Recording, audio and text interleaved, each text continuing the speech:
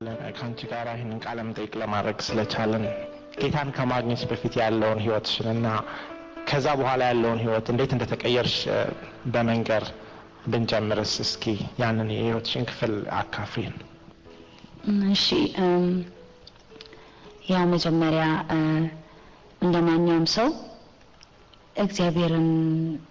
ለእግዚአብሔር ፍቅር ነበረኝ እና ወደ ቤተክርስቲያን ሄድ ነበር፣ አስቀድስ ነበር፣ እጸልይ ነበር፣ ጾም ነበር። ነገር ግን እንደዛ ያደረኩ ያለው በመሃል እህቶቼ የእውነት የሆነው ኢየሱስ በርቶላቸው አቤት ውስጥ አንዳንድ ነገር ይነግሩኝ ነበር ስለ ኢየሱስ። ግን እንዴት ነው መቀበሉ? ምክንያቱም እኔ ከሃይማኖት ጋር ስለማያይዘው ነገሩን እነሱ የሚሉትን ነገር መቀበል እንኳን ደረጃ ባልደርስ ለመስማት እንኳን ፈቃደኛ አልነበርኩም። ግን ተቀላውን ከብዙ ጊዜ በኋላ ሳስተውለው በእርግጥ እግዚአብሔርን ወዳለሁ፣ ግን እግዚአብሔርን ከመወድበት ፍቅር በላይ ለሃይማኖት የነበረኝ ፍቅር ይበልጥ ነበር እና አትኩሮቴ ሁሉ ወደ ሃይማኖት ነበር። እንደዚህ መሆን አለበት፣ ሃይማኖታችን ይሄ ነው፣ ሃይማኖታችን እንዲህ ነው፣ ሃይማኖታችን የሚል ነገር ነበረኝ እና ራሱ እግዚአብሔርን በወድም እግዚአብሔርን የሚወድ ነገር ቢኖረኝም በህይወቴ ውስጥ እንዴት ይሄ ቀጥታ የሆነ ከእግዚአብሔር ጋር ያለ ግንኙነት የለኝም ነበር። እንዴት እንደዛ ማድረግ እንደምችልም አላውቅም ነበር እና ጸሎቴ ራሱ ልክ የእግዚአብሔር ቃል እንደሚለው አባታችሁ ነኝ ብሎ የሚጸልይ ወይም ቀጥታ እግዚአብሔርን የማግኘት አይነት ጸሎት አልነበረም። እጸልያለሁኝ። እንዴት ነው የምጸልየው? ላይክ ሚካኤል ሲሆን የሚካኤል ዕለት ከሆነ ለሚካኤል ነው የምጸልየው፣ ገብርኤል ሲሆን ለገብርኤል ነው የምጸልየው እና እንደዚህ አይነት ህይወት ነበረኝ።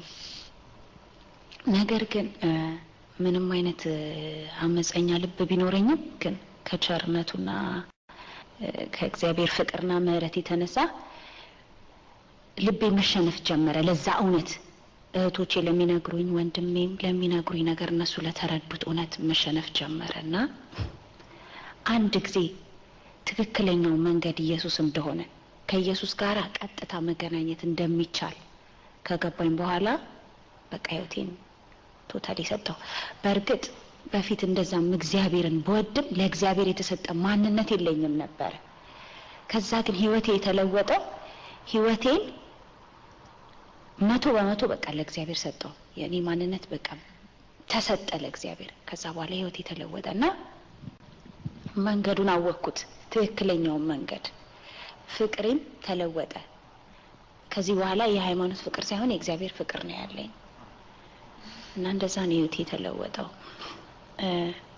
እንዴት እንደተለወጥኩ ትንሽ ብነግርህ እንደሱ ይነግሩኝ ነበር መቼም እየደጋገሙና አንድ ቀን ያው ከዛ ከእግዚአብሔር እውነት የተነሳ ልቤ ሳስቶ ስለነበረ ራሴ ጠየቅኳቸው። በቃ ይጸልዩ ነበር ተሰብስበው አንድ ክፍል ውስጥ ማታና ዛሬ እናንተ ስትጸልዩ ከእናንተ ጋር አብሬ መካፈል ፈልጋለሁ፣ እዛ ፕሮግራም ላይ መገኘት ፈልጋለሁ አልኳቸውና ማመንም አልቻሉም።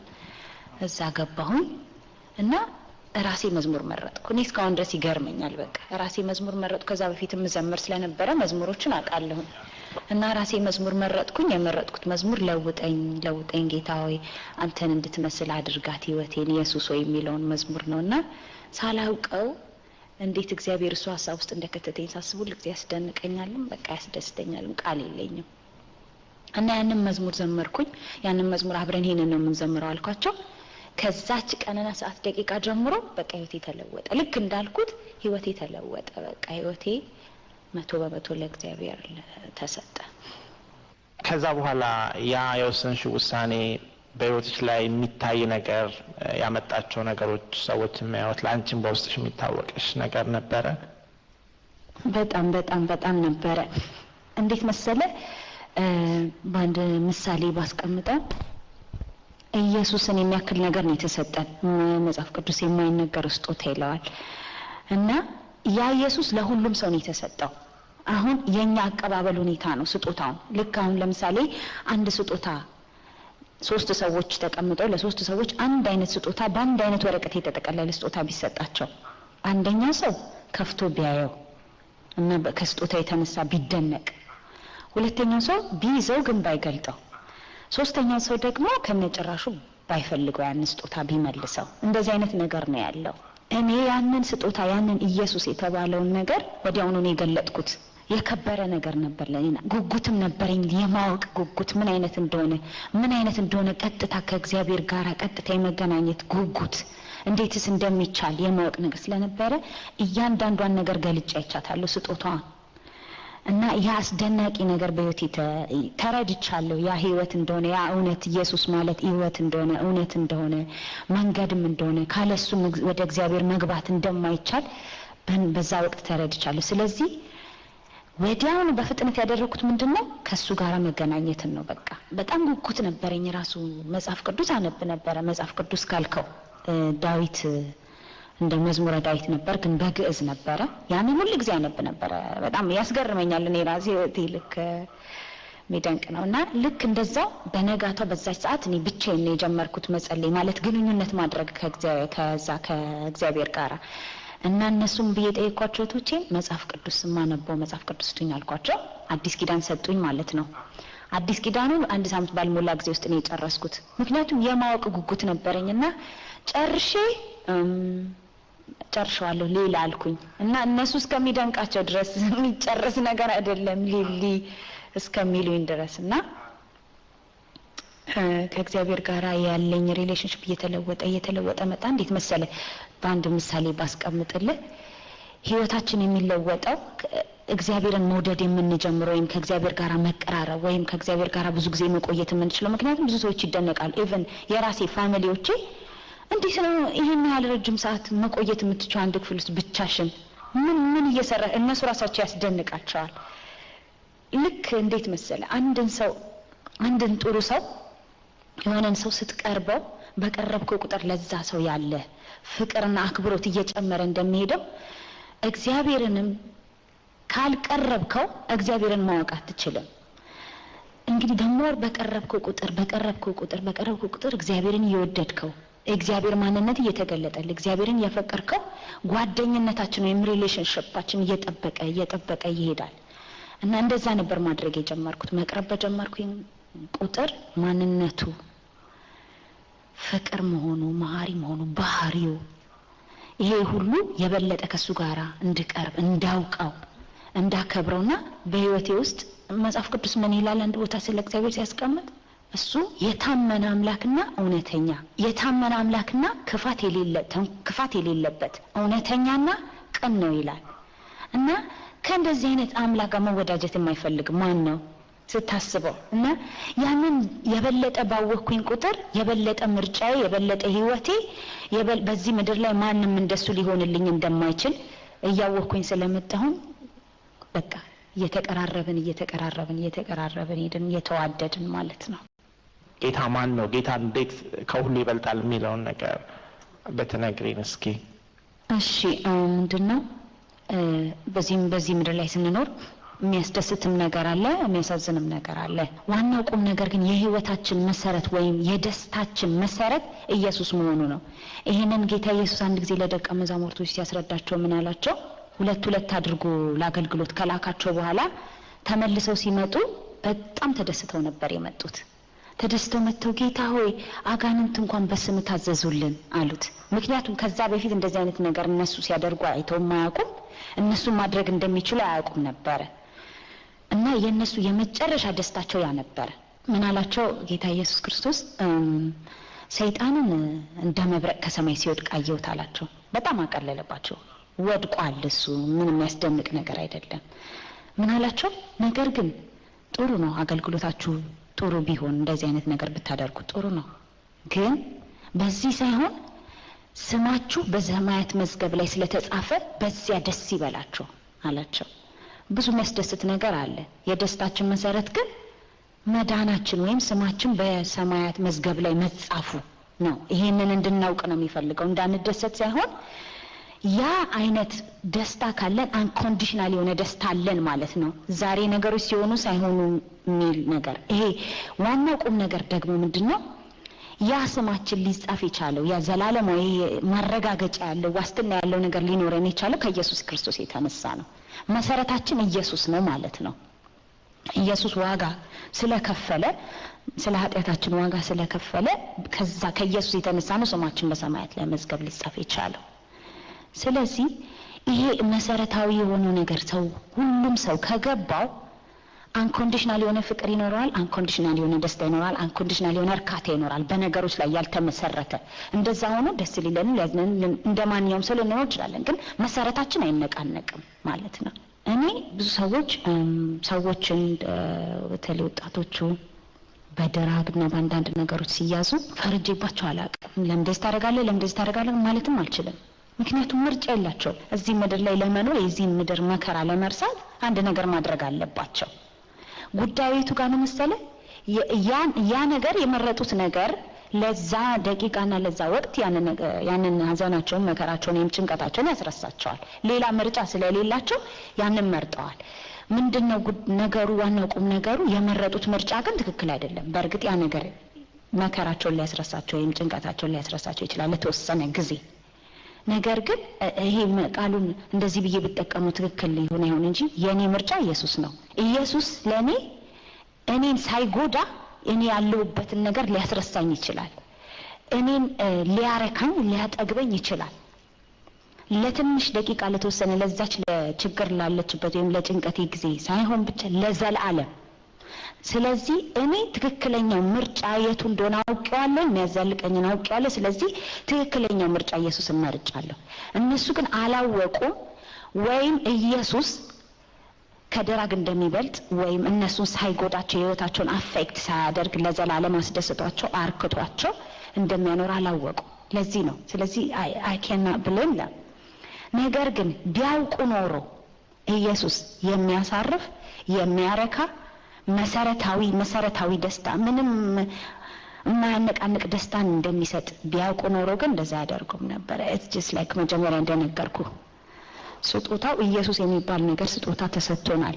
ህይወት ነው፣ መንገድ ነው፣ እውነት ነው፣ ደስታ ነው፣ ሰላም ነው፣ ጤንነት ነው፣ እረፍት ነው፣ እርካታ ነው። ያንን ማወቅ የሚቻለው ግን በመጀመሪያ ያ የተሰጠኝ ስጦታ ለኔ ነው ወይ ብሎ አረጋግጦ ያንን ስጦታ መያዙ ነው። ከያዙ በኋላ ደግሞ ያንን ስጦታ መክፈቱና ማየቱ ነው፣ ምን አይነት እንደሆነ መሞከሩ ነው። ከዛ በኋላ ሰው ራሱ መወሰን ይችላል እንዴ ምን አይነት ዘመን እንዳሳለፈ ምን አይነት ሞኝነት ሲሰራ እንደነበርና ኢየሱስ እንደዚህ አይነት አምላክ መሆኑን አምላካችን እንደዚህ አይነት አምላክ መሆኑን ማየትና መረዳቱ ላይ ነው ዋናው ቁም ነገር። ቀላል ነገር ነው በቃ። ጌታ ባይኖርሽ ኖሮ ምን አይነት ሰው ትሆኚ ነበር? አይደለም እንደምላላቅ ሁሉ ጊዜ የሚያስደንቀኝ ነገር ነው። ህይወቴን በሙሉ ያቆመው ነገር ነው። ኤቭሪ ሲንግል ሚኒት እግዚአብሔር ባይኖር ኖሮ ምን ሆነ ነበር የሚለው ጥያቄ አለ በቃ። ብዙ ሰዎች ሲናገሩ ሰው ካለ ምንም ነገር ካለ ውሃ መኖር ይችላል፣ ካለ ምግብ መኖር ይችላል ለተወሰነ ጊዜ፣ ካለ ተስፋ ግን መኖር አይቻልም። ተስፋ የሌለኝ ሰው ነበርኩኝና ምናልባት ይሄን ያለም ጊዜ በህይወት ላልኖር ይችል ነበር እና ሁሌ ህይወቴን እንደዚህ በኤክሳይትመንት የተሞላ የሚያደርገው ያችን ነገር ስለማስብ ነው። ኢየሱስ ባይኖር ኖሮ ማን ህይወት ይሆን ነበር? ማን ጓደኛ ይሆን ነበር? ከሁሉ በላይ ደግሞ እኔ የሚያስደንቀኝና የሚያስደስተኝ ነገር እግዚአብሔርን እኔ ኢየሱስን ማወቄ ሳይሆን እሱም ያስደስታል። ከዛም በላይም ባልለው እንደዛው በዛው መጠልቅ ኢየሱስ እኔን ማወቅ ያስደስተኛል። ማን ነበር እኔን የሚያቀኝ? ራሱ ስለራስ ስታስረዳ መኖር እኔ እኮ እንደዚህ ነው፣ እኔ ይሄንን የተናገርኩት እኮ እውነቴን ነው፣ እኔ እኮ እንዲህ አይነት ሰው ነኝ እያልኩኝ ሳልናገር መኖር መቻሌ ምክንያቱም አምላካችን ልብንና ኩላሊትን የሚመረምር አምላክ ስለሚያቀኝ ምን ካለ ምንም ማስረጃ መግለጫ ካለ መስጠት ከሱ ጋር መኖር መቻሌ ሳስበውና እሱ ባይኖረኝ ማነው ህይወቴ፣ ማነው ደስታዬ፣ ማነው እርካታዬ፣ እንዴት ኖር ነበር የሚለው ጥያቄ ራሱ ለኔ አስደናቂ ጥያቄ ነው። ኢየሱስን ተጨማሪ ማድረግ ይቻላል ወይ? ምክንያቱም ብዙ ሰው አንዱ ትልቁ ቻሌንጅ የሚመስለኝ ብዙ ነገር መተው አንፈልግም ስለ ጌታ። ሌሎቹን ነገሮች በግራጃችን ይዘን ጌታን ደግሞ በቀኝ መያዝ እንፈልጋለን። እንደሱ የሚባል ነገር የለም በመሰረቱ። እንደዛ ነበርን በፊት ማለት ማንም ሰው ጋር ሄደ ስለ እግዚአብሔር ብታወራለት ማንም እግዚአብሔርን የማያውቅ ሰው የለም፣ እግዚአብሔርን የማይወድ ሰው የለም። ልዩነቱ የመሰጠት ጉዳይ ነው እና ለጌታ እኛ ጌታን ስንቀበል በተለዋጭ ምንድነው ያደረግነው? ህይወታችንን የሰጠነው። ከዛም ደቂቃ ጀምሮ ህይወታችን የኛ አይደለም። አሁን ለብዙ ሰው ያልተገለጠለት ነገር ይሄ ነው። የህይወቴ መሪ አንተ ነህ ብለን በእግዚአብሔር ፊት ቃል ኪዳን ገብተናል። ከዛ ህይወታችን በሙሉ እሱ ተረከበው ማለት ነው። ከዛ በኋላ ህይወት የሚባል ነገር የለንም። ህይወት ማለት ማን ነው? ከዛ በኋላ ኢየሱስ ነው። በቃ የኛ ህይወት ኢየሱስ ነው። ይሄ ነው ትክክለኛው መንገድ። እንደዛ አይነት አስተሳሰብ ካለን ገና አልተለወጥንም ማለት ነው። ትንሽ ያስቸግራል ክርስቲያኖችን ነን ማለት፣ ምክንያቱም ክርስቲያን ማለት ክርስቶስን የሚከተል ማለት ነው። ስንከተለው ደግሞ ሰጥተነው ነው ማለት ነው። እኛ ህይወት የሚባል ነገር ከዛ በኋላ የለንም። ለዚህ ነው አንዳንድ ጊዜ በክርስትና ህይወታችን ውስጥ አንዳንድ ነገሮች ሰርፕራይዝ የሚያደርጉን። ምክንያቱም ያልጠበቅናቸው ነገሮች በህይወታችን ላይ ያረጉና ምንድነው ብለን እንጠይቃለን። ምክንያቱም ብዙ ጊዜ እናስባለን እስቲ ለኛ ህይወታችን ከኛ ጋር እንዳለ፣ ግን በቃ እሱ ነው አዛዡ፣ እሱ ነው መሪው፣ እሱ ነው በፈለገው መንገድ የሚያስኬደን። እኛ አንድ ነገር አስበን እንደዚህ ያደርጋለሁ ብለን አንዳንድ ጊዜ ሳይሆንልን ይቀራል። መጨረሻው ለኛው ጥቅም ሆኖ ለጥሩ ነገር በኋላ የሚገቡን ነገሮች አሉ፣ የማይገቡን ለጊዜው በኋላ ለኛው ጥቅም ቢሆንም የኛ አይደለም ህይወታችን። በመሰረቱ ህይወታችን ኢየሱስ ነው። እንዴት ብዬ እንደማስቀምጠው አላውቅም፣ ቃላቶች ያጥሩኛል።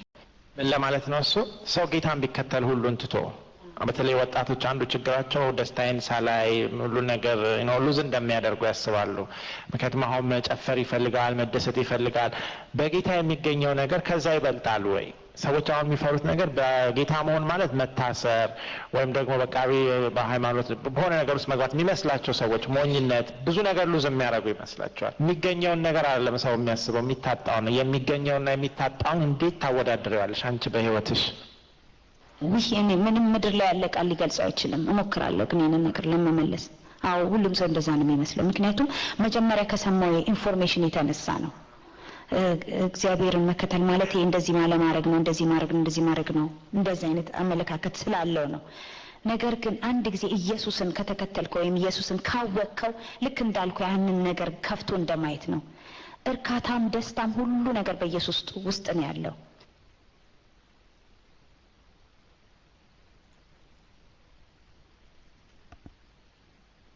ነገር ግን አንድ ጊዜ ኢየሱስን ካወቅኩት በኋላ ህይወት ማለት ለኔ ያ ነው። ደስታ ማለት ሆነ ካላየኸው it's really hard to explain መሆን ነው የሚያስፈልገው። ከሆንክ በኋላ ትገረማለህ፣ እንዴ ምን አይነት ህይወት ነው የኖርኩት እስከምትል ድረስ። ደስታ ማለት ኢየሱስ ነው፣ እርካታ ማለት ኢየሱስ ነው። እና ብዙ ሰዎች ምንድነው የሚያስቡት? ከኢየሱስ ጋር መሆን ማለት መታሰር ማለት ነው ብሎ ነው። ግን ከኢየሱስ ጋር መሆን ማለት መፈታት ነው። ይሄም ቃል አይበቃኝም። ሁሉ ሰው እያንዳንዱ በግሉ ኤክስፒሪየንስ ሊያደርገው የሚገባ ነገር ነው ይሄ።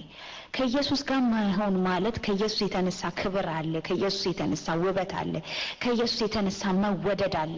እኛ በራሳችን ጥረት ልናደርገው የምንሞክረው ነገር አቴንሽን ለማግኘት፣ ሞገስ ለማግኘት፣ ለማመር፣ ስማርት ለመሆን የምናደርጋቸው ጥረቶች በሙሉ በጣም በቀላሉ ካለ ምንም ትግል ህይወታችን ራስ ውበት እያገኘ እርካታ እየኖረን ነው የሚሄደው።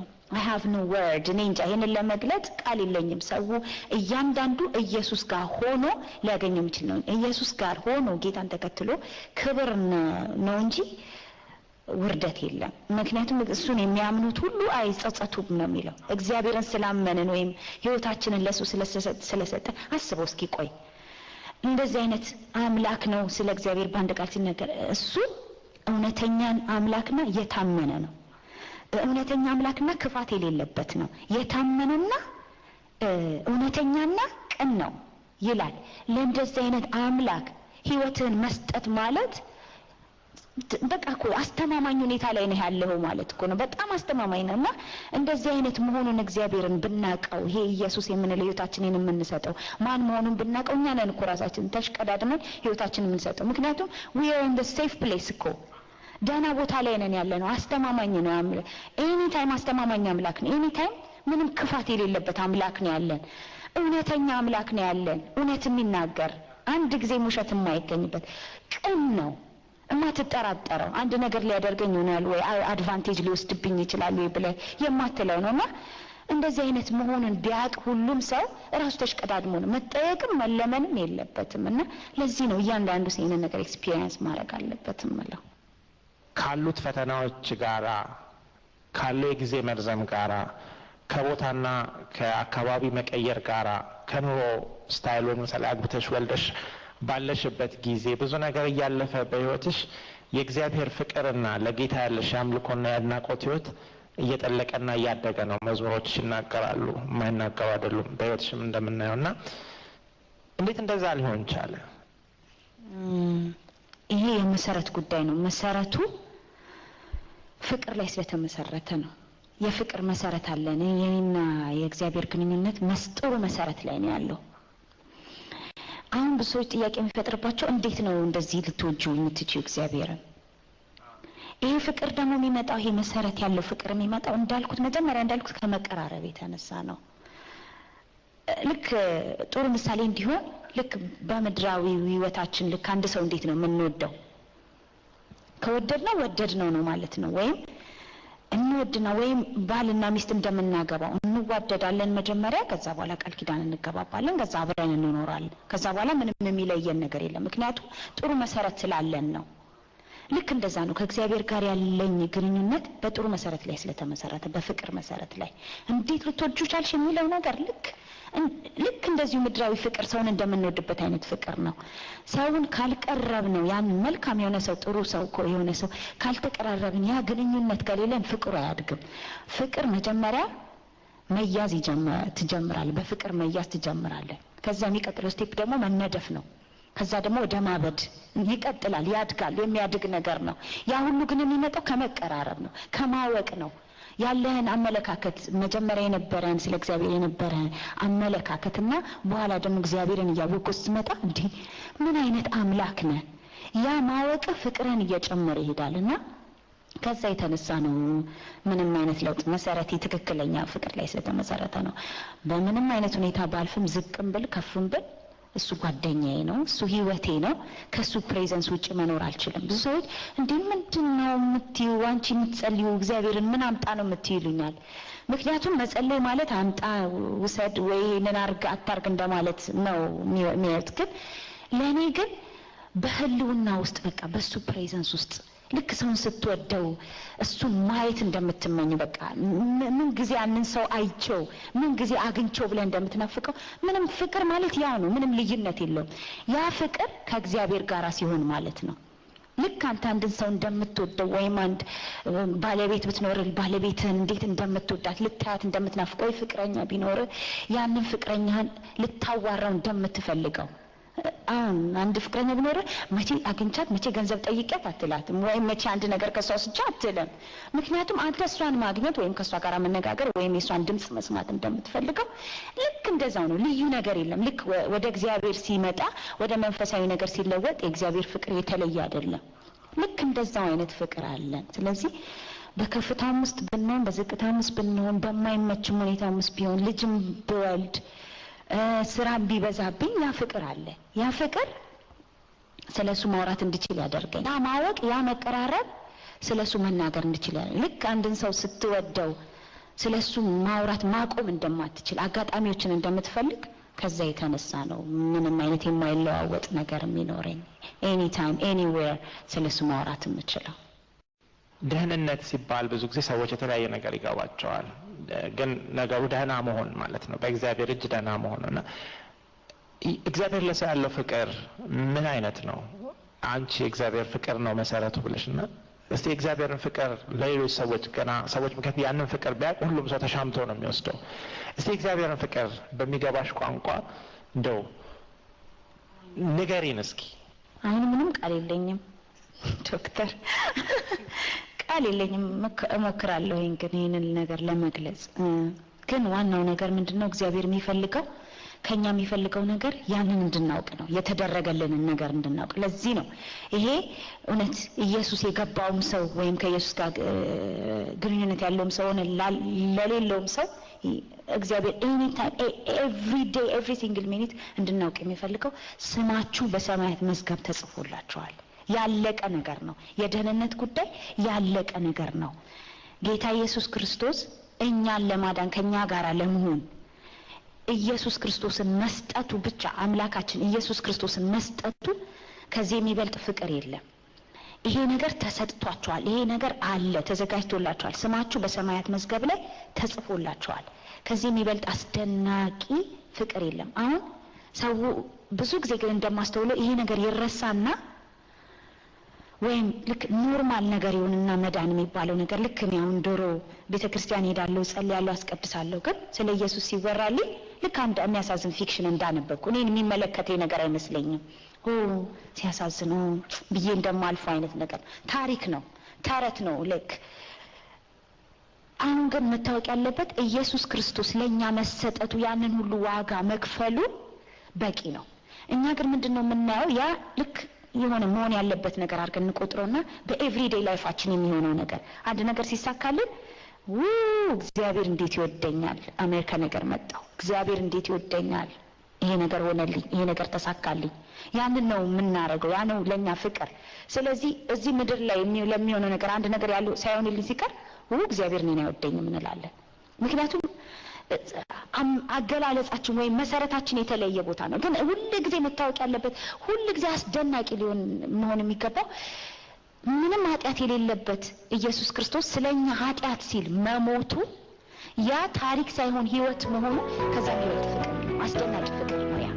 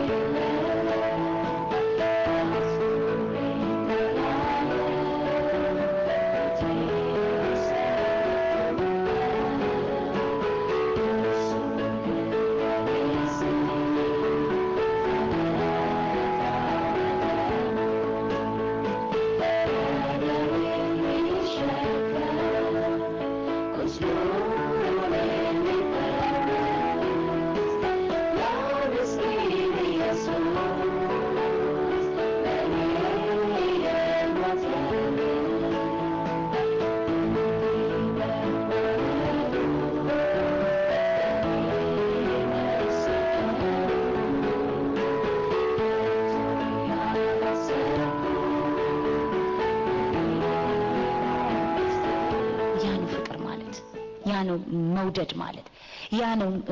ከኛ ጋር መሆን መፈለጉ እኛን ልጆች ብሎ መጥራቱ ራሱ አስደናቂ ነገር ነው።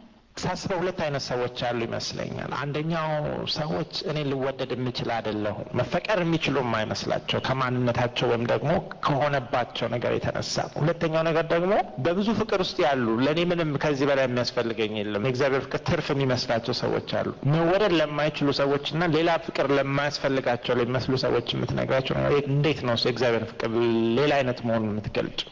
ጥሩ ጥያቄ ነው። እኔም በህይወቴ ዘመን ሁሉ የሚያሳስበኝ ነገር ይሄ ነው። የሚወደዱ ከማይመስላቸው ሰዎች ይልቅ የተወደዱ የሚመስላቸው ሰዎች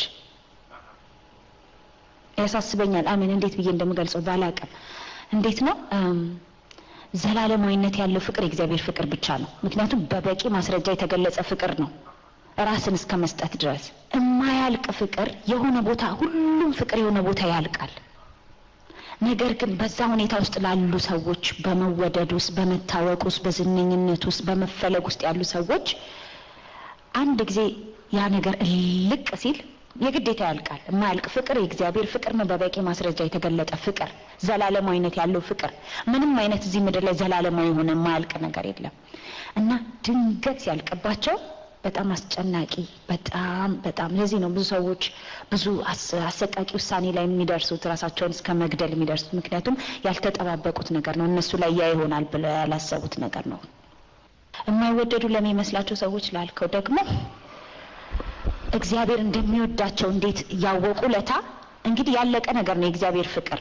አንድ ጊዜ ያለቀ ነገር ነው። እዚህ በየጊዜው አዲስ ነገር አሁን እግዚአብሔር መጥቶ መውደዱን እንደ አዲስ አይገልጽልንም። አንድ ጊዜ ለዓለም ሁሉ ሞተ ይላል መጽሐፍ ቅዱስ።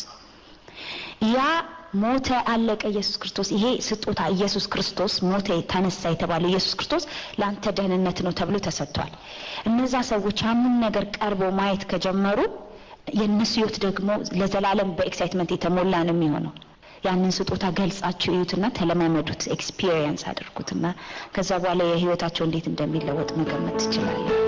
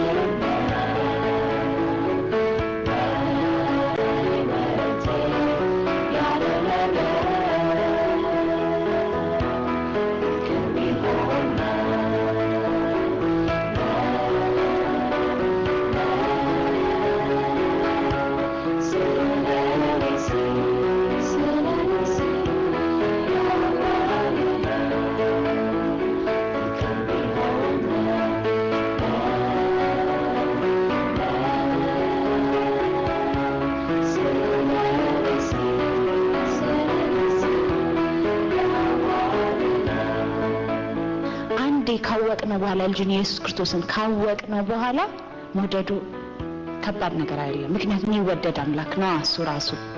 ከወደድነው ደግሞ ለእግዚአብሔር መገዛት አያቅተንም። ያ ፍቅር ነው እንደዛ የሚያደርገን። ትግል የለውም። በቃ ክርስትና የትግል ህይወት ሳይሆን የማወቅ የመውደድና ከዛንም ለወደድነው ነገር የመገዛት ነገር ነው። ሁሉ ነገር በጣም ሲምፕል ነገር ነው እና ይሄ ነው ምኞቴና ጸሎቴ። ብዙ ምርጫ አለ በዚህ ምድር ላይ። ሰው የሚመርጠው ምርጫ አለ። የሚመርጠው ምርጫ ሁሉ ግን ለጊዜው የሚጠቅም በኋላ ግን ራሱን ጎርቶት የሚያልፍ ነገር ነው። ኢየሱስ ግን አምላካችን ግን አስተማማኝ ጥሩ ምርጫ የሚያዛልቅ ምርጫ ነው። ምኞቴና ጸሎቴ ምድር ሁሉ ኢየሱስን እንዲመርጥ ነው እና ይሄንን ሁሉ እኔ ከመናገር ይልቅ መዝሙሬ ይገልጣል ብዬ ነው ማምነውና ለመጨረሻ እስኪ በመዝሙሩ ልስካ። ማንም ከኢየሱስ በላይ ስመለስ በዚች ምድር ላይ ነፍሱን ለኔ ቤዛ ያረገው እውነተኛ ወዳጄ እሱ ነው። ፍቅሩ ተፈትኖ ወርቅ ሆኖ ተገኝቷል። በመከራ አልፎ ነፍሱን ለኔ ሰጥቷል። ራሱን ወርዶ ፍቅሩን አሳይቷል። ከፍቅሮችም በላይ የሱ ፍቅር በልጧል። ማንም የለም ከኢየሱስ በላይ ስመላለስ በዚች ምድር ላይ ነፍሱን ለኔ ቤዛ ያረገው እውነተኛ ወዳጄ እሱ ነው። በጣም እግዚአብሔር ይባርክሽና በጣም እግዚአብሔር መልካም ነገር እንደሚያደርግ እናምናለን። እንግዲህ ቴንኪው። እግዚአብሔር የተመሰገነ ይሁን። እግዚአብሔር እያንዳንዳችንን አይተን በማናውቀው ሁኔታ